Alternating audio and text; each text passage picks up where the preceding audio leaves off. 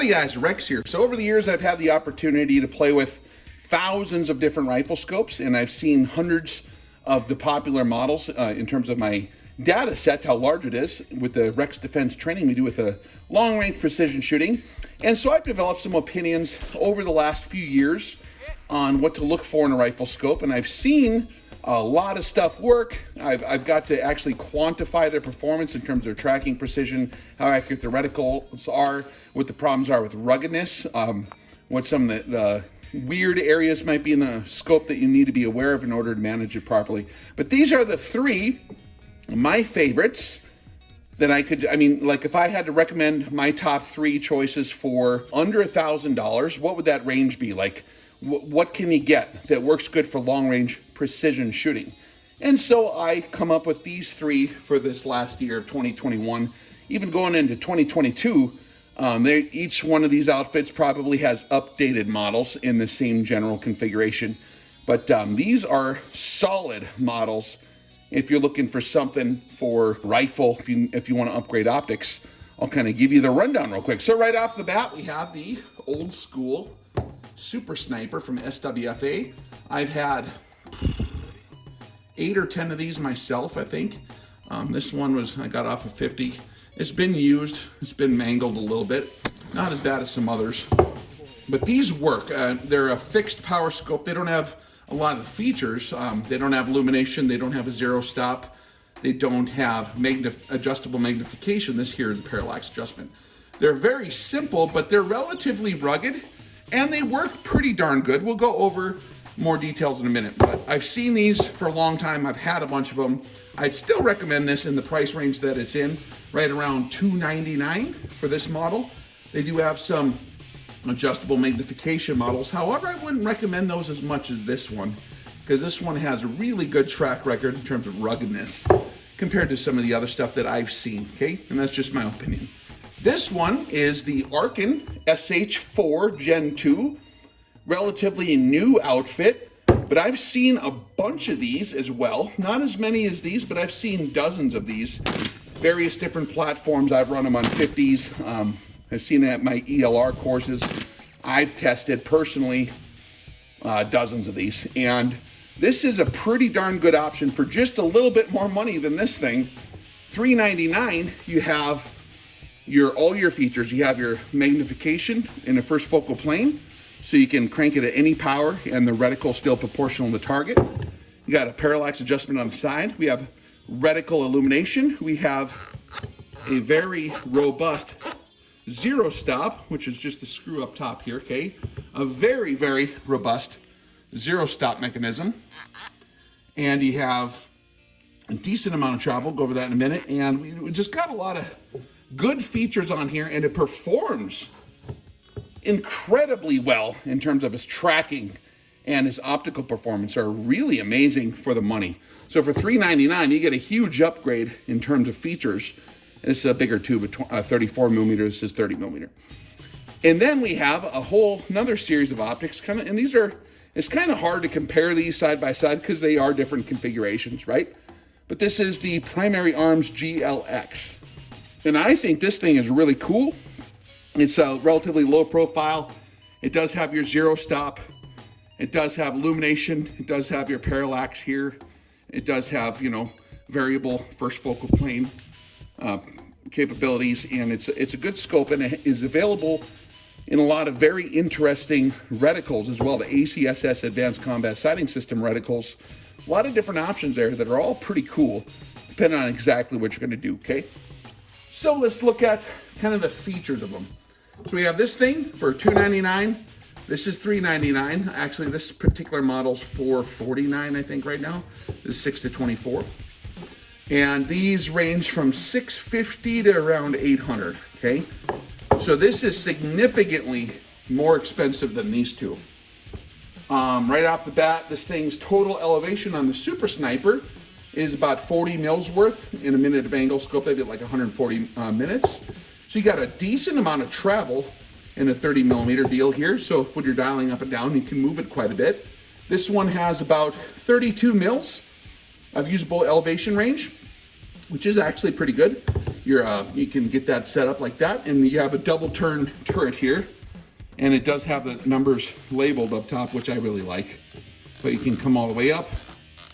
You go past here, and they have a milliradian version as well, okay? And you come up, and now you're reading the numbers up here, 21. You work your way all the way up to, you can get up to 39, 40. So you got a lot of elevation in here, okay? About 108 minutes of angle, or maybe a little more than that, and 32 mils. This one is about, and it varies from model to model by configuration for the variable power. This is a 4 to 16, so I think it's like 25 mils of adjustment. So not as much as the Arken, and this one actually beats both of them in terms of elevation adjustment range. How much do you need? Man, I'm telling you what, like if you get 30 or 25 mils of adjustment is shooting way farther than you can see at stuff where your bullet has already gone into transonic destabilization. They're both way outperforming what you need, or all of them are meeting those criteria, no problem, okay? Features, okay? The Super Sniper does not have a zero stop. So we have a turret here, okay?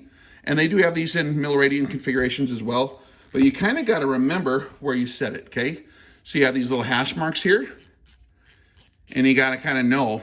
And they do have, I mean, I used to take a Sharpie and mark it or scratch it.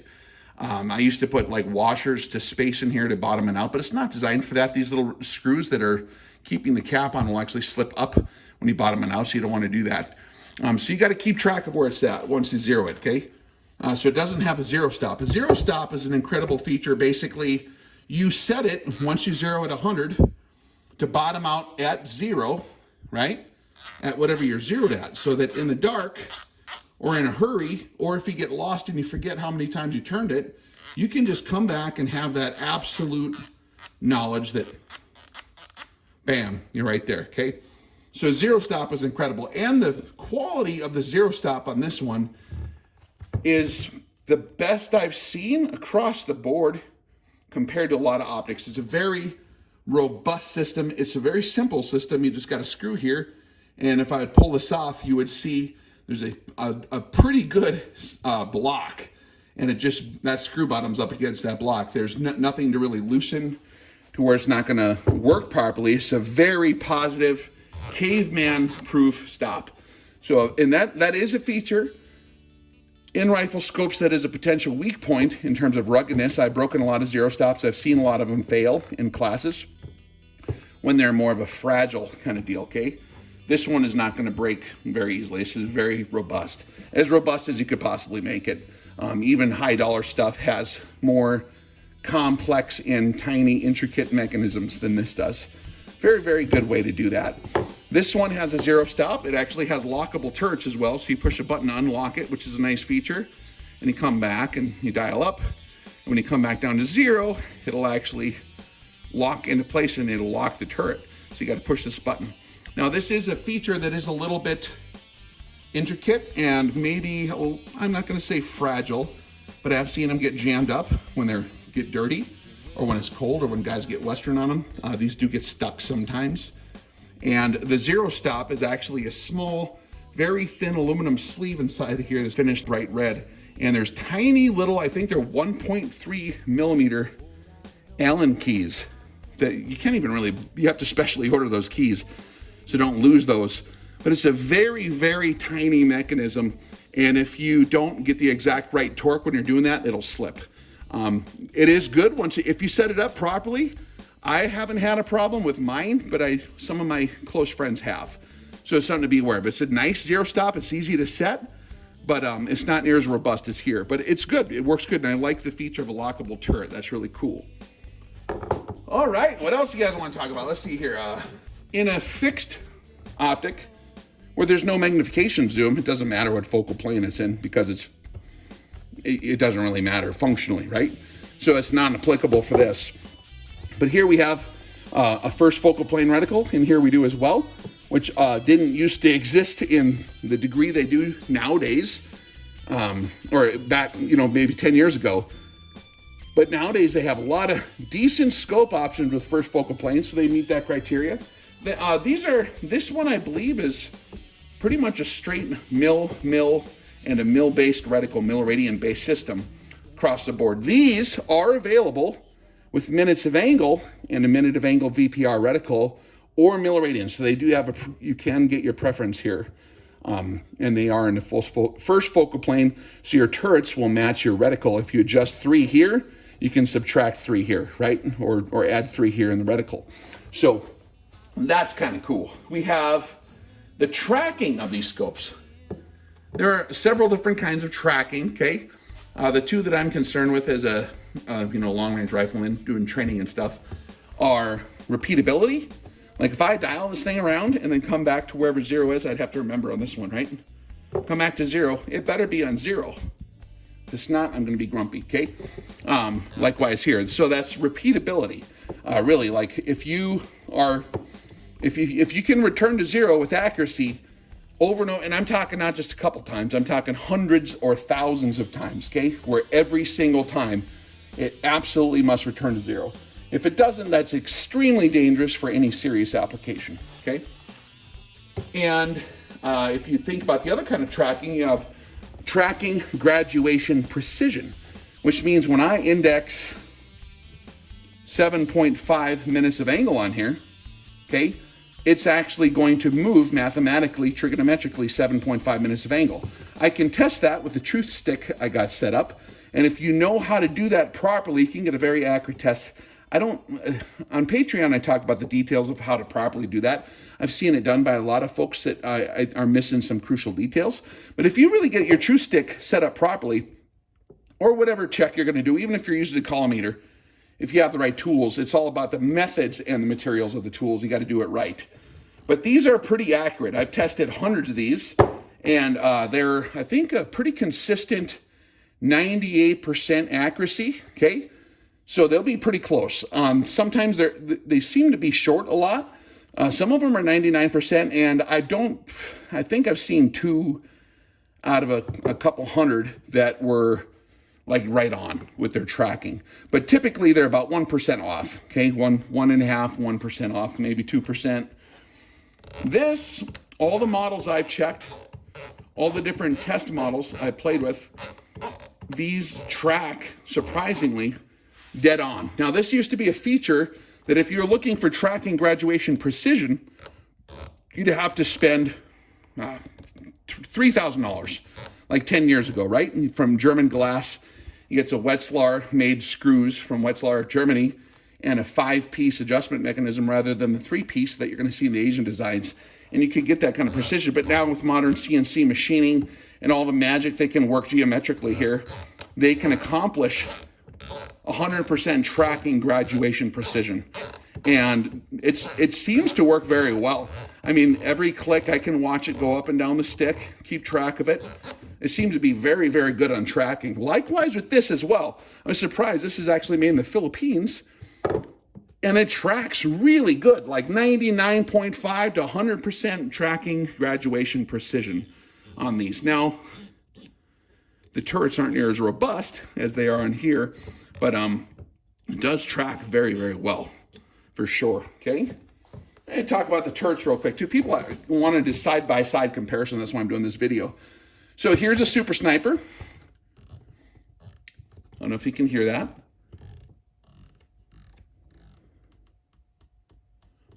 Okay. There's Arken. People are looking for audible and tactile.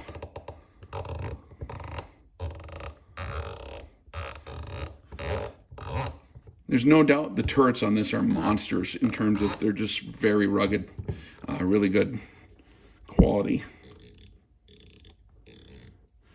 Now this feels different.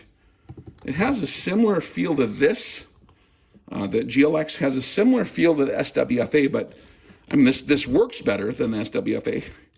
Has better precision, but it's got kind of it doesn't have that crisp, like highly engineered kind of feel, right?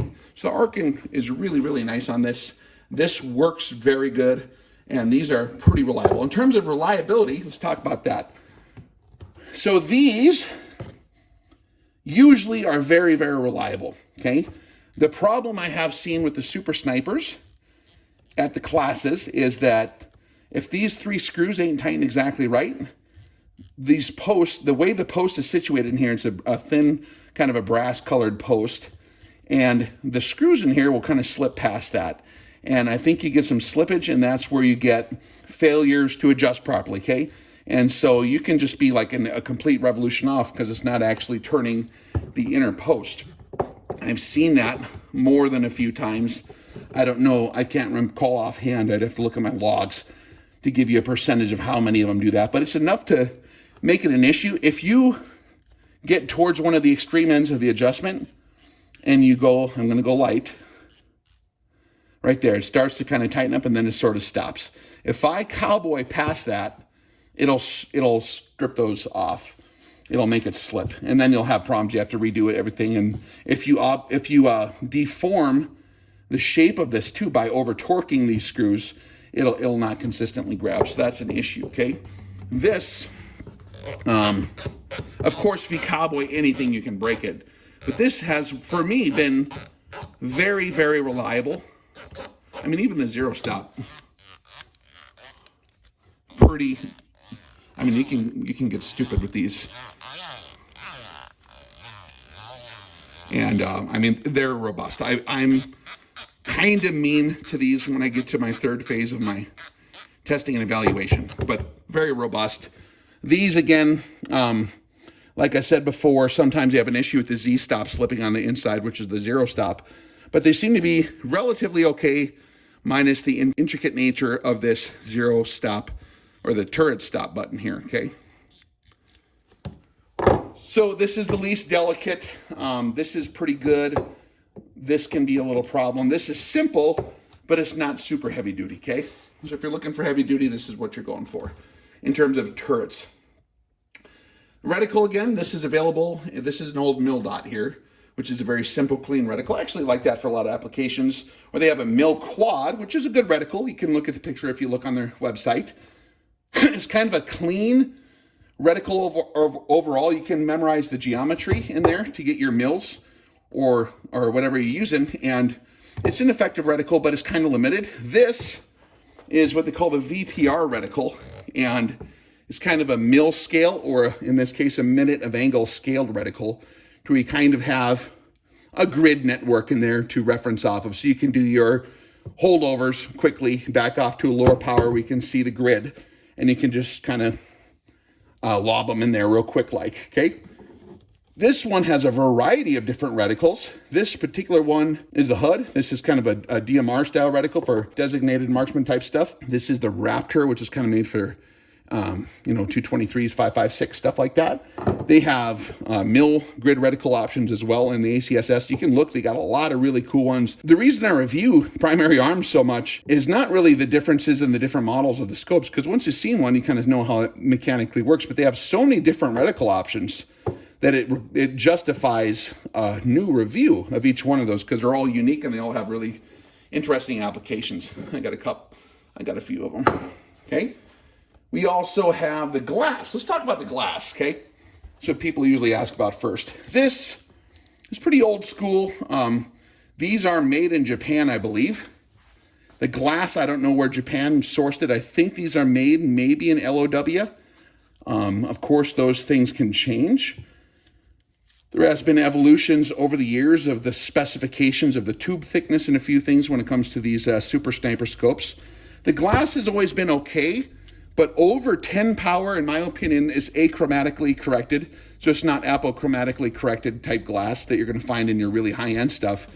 But the glass is kind of mediocre once you get over 10. You're not really getting a lot more capability to really see things or spot or identify targets or see that much better once you get over 10 power. So I think 10 or 12 power is about as high as I'd go on this kind of a scope. It's good. I mean, don't get me wrong, it's good glass. But it's been around for a while, so it's kind of, and I've seen their HD stuff as well. It's fine. It's not bad.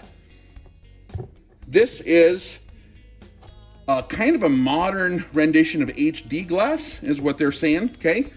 And it's pretty darn good. Like, if I did a few reviews on just this scope where I'm comparing it against like a Steiner M7 XI and my Schmidt & Bender PM2 and the Super Sniper and a few other ones, and we're looking at the sun, we're looking at a variety of angles, and the glass on this keeps up with the really high dollar stuff. Like, this is keeping up with scopes that are, I don't know, 10 times the price, right?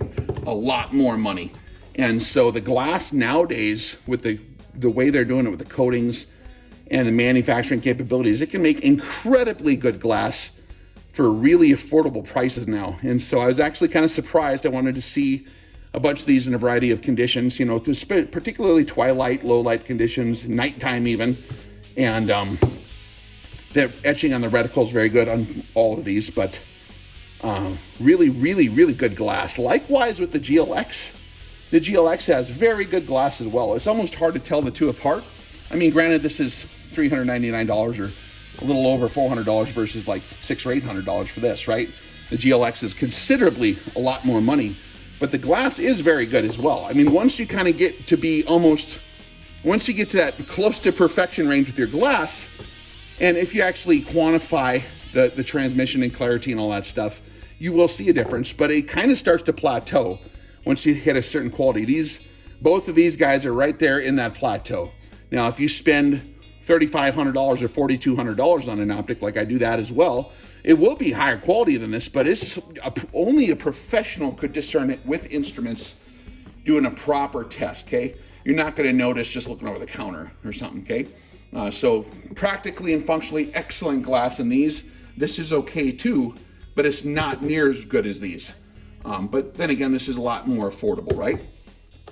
We also have weight. So these are like 21 ounces for a tactical rifle scope. You know, for a precision rifle scope like this, that's relatively compact. It's not huge. 30 millimeter tube. The bell housing ain't that big, and it's only 42 millimeters, so relatively compact. This is pretty robust. This has got some weight to it. I think it's 36 ounces for this model. I think the other one's a little lighter, but 34 millimeter main tube, and with the robustness of the mechanisms in the control group here, I think that's where a lot of the weight happens too. And anytime you have HD glass, because these guys are using HD glass, it's thick, it's heavier glass. So a lot of the weight also is in the glass. So if that's criteria, be advised. And we have this here, which is the GLX, and the glass in this, or the weight, 22.5 ounces. So it's pretty close to this. In weight, it's a little bit more than the Super Sniper, but these are pretty close in weight. This one is significantly more stout, okay? Which could be a good thing or a bad thing. For applications like I do, maximum precision, long-range shooting, stuff like that, I don't mind weight. It's actually my friend in some circumstances. If you're gonna be running around with stuff, now you're gonna look at a whole different deal. Something like this becomes really nice because you still have a lot of features, but it is a lot lighter. And it performs almost as good, you know, as the cheaper one here, but it does cost money to get all that same stuff in a lighter weight configuration. So we also have a major difference is illumination. This particular model does not have illumination. I do believe they have some, like I said before, that have a lot more, you know, a lot more features. This one has illumination, CR2032 battery, and it has you turn it off between each number, which is a very good feature to have. Your parallax, this one also has illumination, although the knob is pretty large. I don't know if you can see that. Okay. It's rubberized, so it's easy to grab your illumination, but I don't know why it's so big, because it actually, like on my ARs, it sticks out considerably, like if you sling it over your back. That is a thing. I mean, this is large too, but proportionally to the rest of the control group, because like this knob is a lot larger and this knob is a lot larger, right? So this is no doubt a larger scope. But these two are illuminated, this one is not. And the illumination works fine. This has the same features too, right? So you have turn off in between each position. And both of these have relatively decently balanced illumination. They work fine, okay? Other things that are noteworthy to say, in my humble opinion, if you're on an absolute budget, like if this is a good option still. I don't think they're obsolete. Now, why aren't I talking about their variable options? I'll expound more about that on Patreon. Why I don't think they're maybe as good of a deal at that point, because once you get in the price range for the variable version of this, you can get into other stuff that actually is a lot more robust with a lot better performance, in my opinion, once you start spending more. But for the fixed power Super Sniper, the classic model, these are an incredible value. I mean, for a couple $100, right? $299, maybe a little less if you find them on sale. And they're tough. I mean, they're relatively tough. The tube is tough. I've dropped them and banged them up and twisted the metal on them, and I've only had to send a couple back, but it was not broken. You know, it was absolutely ridiculous circumstances where I tried to basically break it, and I did. And they serviced it fine. They got a new one for me. These work great, but they don't really have the features, and the glass performance is not near as good as these other two. But for the money, if you're on a strict diet of cash, that's a good option. This is hard to believe, the price range on these. I mean, they're just they're so good for $399 or $400 or whatever they're cost now. Man, it's hard not to just recommend this, because if you actually calculate and weigh out all your priorities, it's going to be different for me than it is for you guys. You have to create a matrix and weigh out what priorities you weigh more heavily, and then do a systematic evaluation of which one of these or other options of rifle scopes that I might not have covered here are going to be best. But in my evaluation over, I mean, dozens and dozens and dozens of models of all different, from all different brands, this thing is heads and shoulders in terms of value in that sub $500 category, and I don't think you can beat it. They also got really good mounts too that are very affordable. This is a great option. If I had more money, okay, it's almost, if money is not an object, just having the lighter footprint for what I do, like if you're running this on a rifle you're going to be hunting with, or going to be running and gunning with, the weight and footprint is a consideration. So, and the glass is good, they perform as good. For some applications, I would spend the $700 or $800 on this. Is it going to perform better than this? No, but it is a hell of a lot lighter, and it performs as good almost as this in some categories. This is definitely tougher, more robust, but I mean, and then also you have your reticles, which is a huge value for this particular model. Advanced combat sighting systems, the ACSS reticles. There's so many different cool options that it's like hard to pass up on some of them, especially for specialized applications. So that's where I think, if these all had the exact same reticle, I'd probably go for something like this. But it being that kind of tips it over the edge on this to still make it a very viable option and justify the extra money if you're in one of those applications where you would need a very specialized reticle, okay? So kind of a unique deal. You really have to pick your reticle correctly, but I think the reticle kind of makes this scope really pushes the value up. So there we are. These are the three. Again, $300, a little over $400, and around $600 to $700. Okay. Not sure what you're at. Oh, I should probably mention this. SWFA.com. I don't know if anyone else sells these, so you have to go to SWFA.com. I don't have a discount code for anybody, but I think I've seen them on sale quite a few times. The fixed power Super Snipers are classics. They're simple and robust and clean. I like them, okay? So check out the SWFA.com. Arken Optics USA. I'll put the links below for all three of these, okay? If you use code REX170, I think, you get over $170 of discount on these right now. They are running some kind of ridiculous, crazy deal where you get a free mount, and you have to order it with the, what do they call it? The combo pack option, which means you get the mounts, you get like a ring leverage deal. I'm sorry, my brain is smoked. You get a bubble level. You get a lot of other things with it. You get flip caps, nice stuff like that comes with it. So you get basically all that stuff for free if you use the discount code that I just gave you, okay? This is Primary Arms, You can also get these, I think these are only, the Arken, by the way, is only available at Arken as well. The primary arms, I think, are available more widely available. You can find them on Optics Planet. Of course, Primary Arms has their website. You can usually get a good deal there.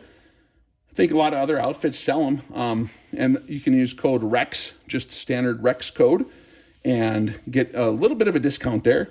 And very, very, very good option. So digprimaryarms.com, arkenusa.com, and SWFA. All right, guys, Rex out.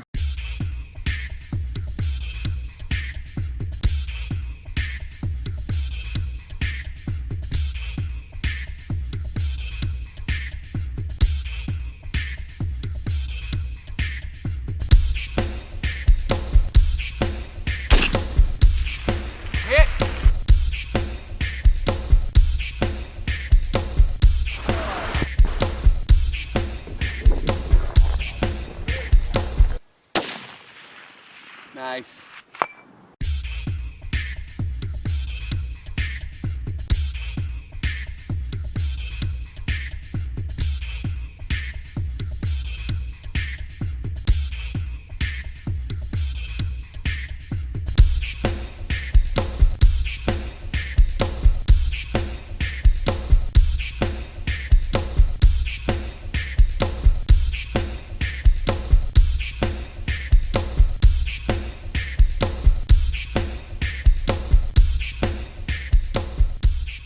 I've never taken a long-range class before, but I can't imagine anybody delivering this much information in this short of a period.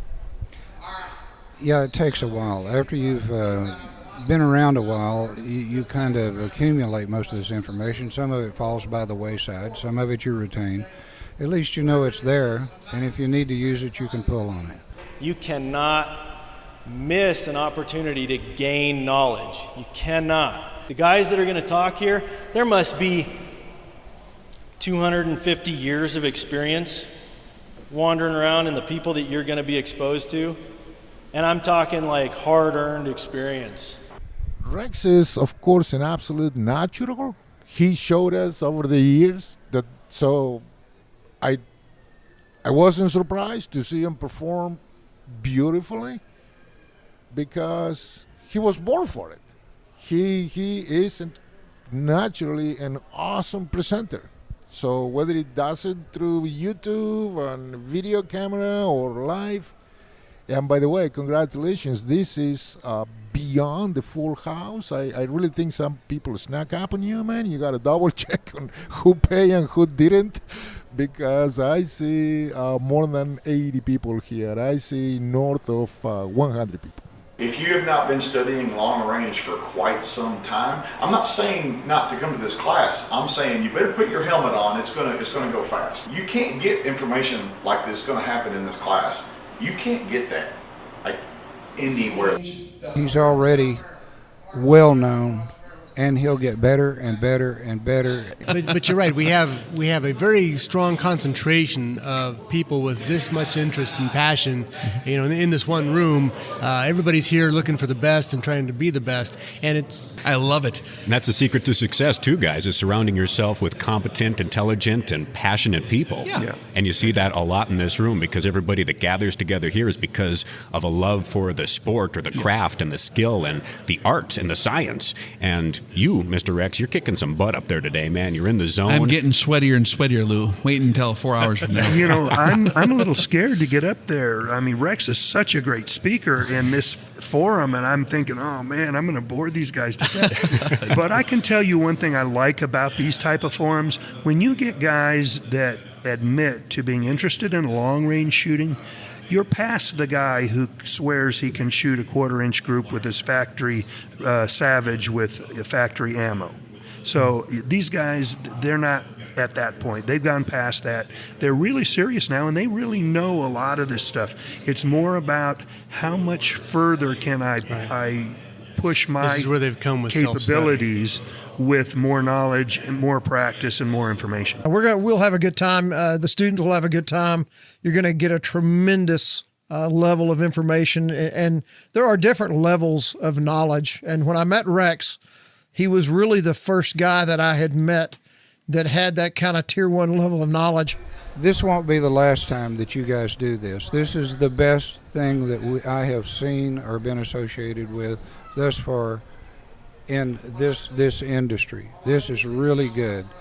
I think that the guys have learned a lot about this on relative to the topics and how to handle it at the next one that they do. I expect that the next one will be better and better and better, and I think that the guys that go to it are going to benefit and learn a lot. But you're going to see some amazing things.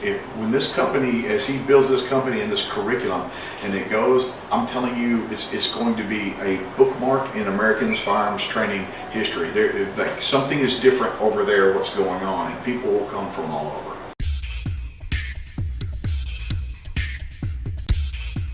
Hey folks, it's Lou McCoy with the Rex Reviews Project, and we are here in Texas.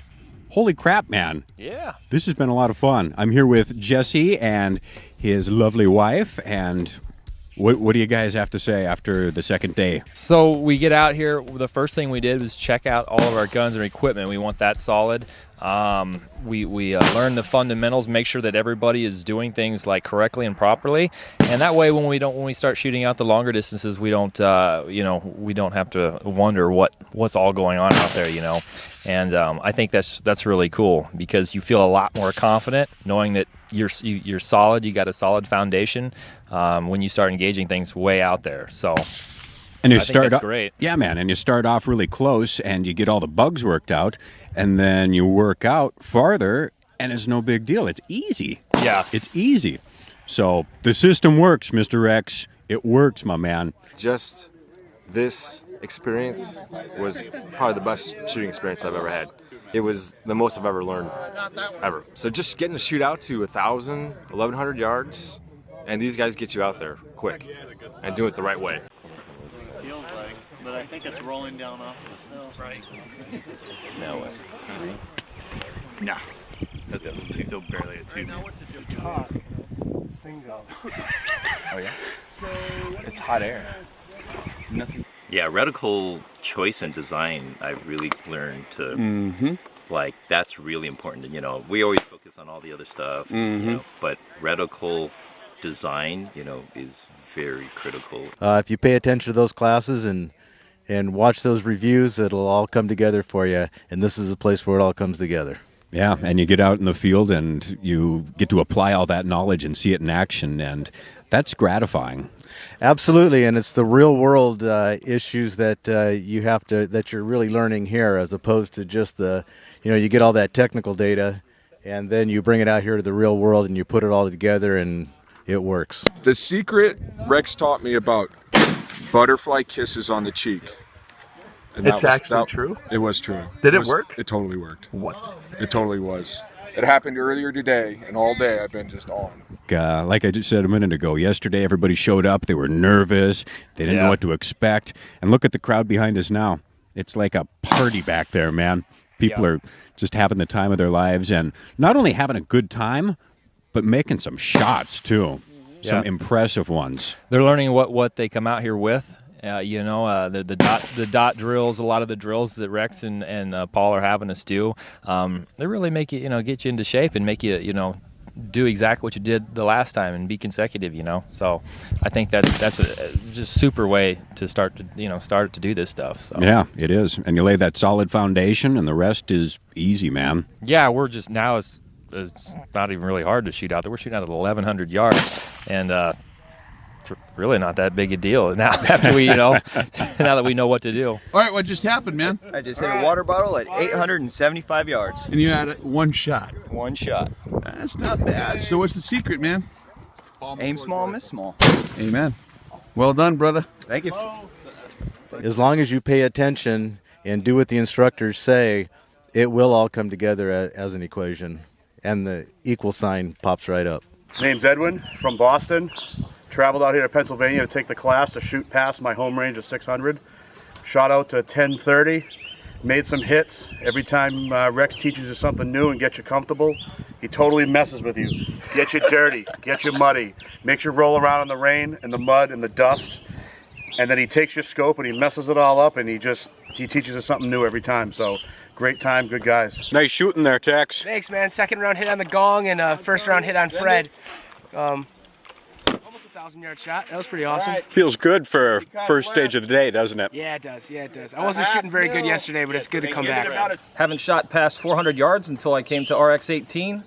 Right off the bat, brought us right out to 1,000 yards, gave us some confidence. And after working the range tables, I see no reason why I couldn't hit any target that I knew the true range to and had the dope for, all the way out to and including 1,000 yards.